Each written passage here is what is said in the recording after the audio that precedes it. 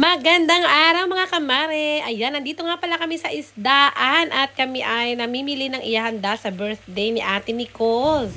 Wait.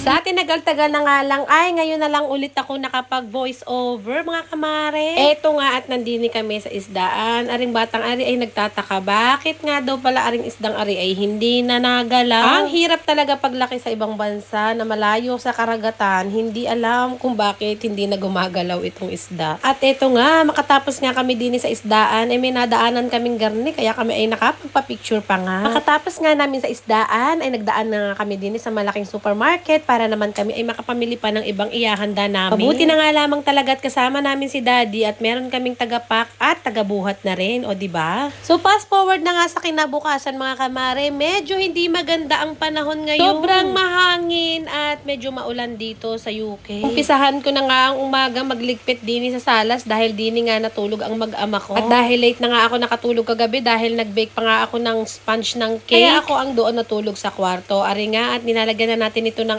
icing. Bali, ubi chipon cheesecake nga palang aking nilutong cake. Yun na nga lamang din ang magaling at ang perks ng marunong mag-bake. Talagang hindi na ako na-order ng mga cake na iyan. Ako na lang talaga ang gumagawa. Tapos nga umorder na lang ako ng mga toppers online. Tignan nyo naman. O, diba? Siyang at napakasarap naman daw. Katapos ko nga mag-bake, ay ari nga aking pinupunas-punasan ng aking kusina at itinatago ang aking mga hinugasan. Dahil mag-uumpisa na nga akong magluto ng pansit palabo. Ay gusto ko baga kapag ako yung bago magluto ay nakaligpit na din walang mga nakalat-kalat din sa aking mga pinag-bake. Yun nga lamang din ang mahirap pag nagpapa-okasyon, hugas mo, luto mo at talagang ikaw lahat. Nakakapagod man din. Ganun talaga. Ganun talaga pag nagpapa-okasyon. Minsan naman laang din naman mag-birthday ang mga anak mo isang taon. Di kayo magsasakripisyo na kaysa ikay o-order pa. Marunong ka namang magluto. Di kayo na nga, for the go na. Ayan, nakatapos na nga magligpit at naluto na nga ang sauce ng palabok. Hindi ko na nga nabidyuhan.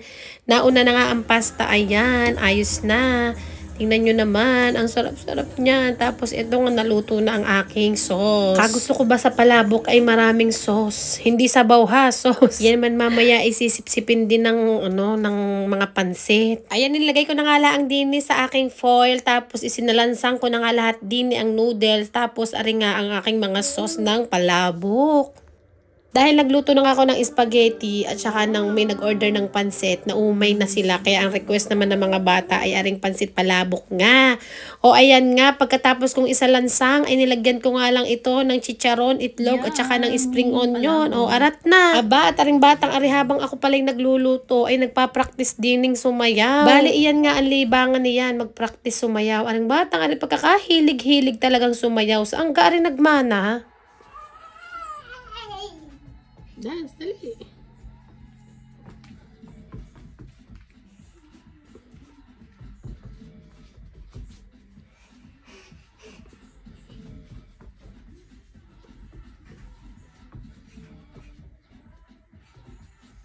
So, ayan nga ang aming hayin, mga kamare. Yan ang ilan sa aming mga naluto. Dahil kakunti naman kami. Ang ganda, si Jackie. Say hi, Jackie. Hello, bebe. Si Kim.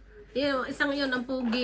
Si Aison, pinaka-pogi sa London. Si JP, pinaka-pogi si Ellsbury. Si Daddy, pinaka-pogi sa Harrow. Sana all. Hoy! Pogi sa Kurincha. Ay, ang pogi sa Kurincha, wala pa. Video naman isa. 5 seconds. Si happy birthday, Nicole! Happy birthday!